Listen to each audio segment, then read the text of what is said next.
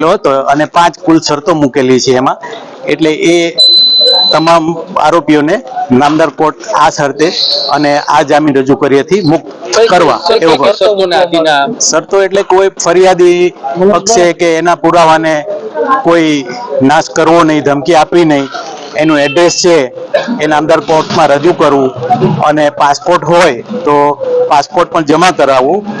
અને જો ન હોય તો એ નામदार कोर्ट में पुरस्थिति सौगंधनामा जाहिर करवो, एवी तमाम शर्तों है। और साथ में ही हमने बेल एप्लीकेशन नामदार कोर्ट के समक्ष रख दी।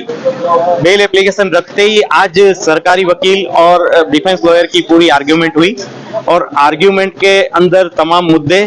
हमने पेश किए कि भाई अब केस जो है वो ऐसा नहीं है कि जिसके अंदर कोई कौम को या कोई व्यक्ति को या कोई समूह को टारगेट करके ये वर्ड्स बोले गए हों और किसी के सेंटिमेंटल हर्ट हुआ हो, ऐसा कोई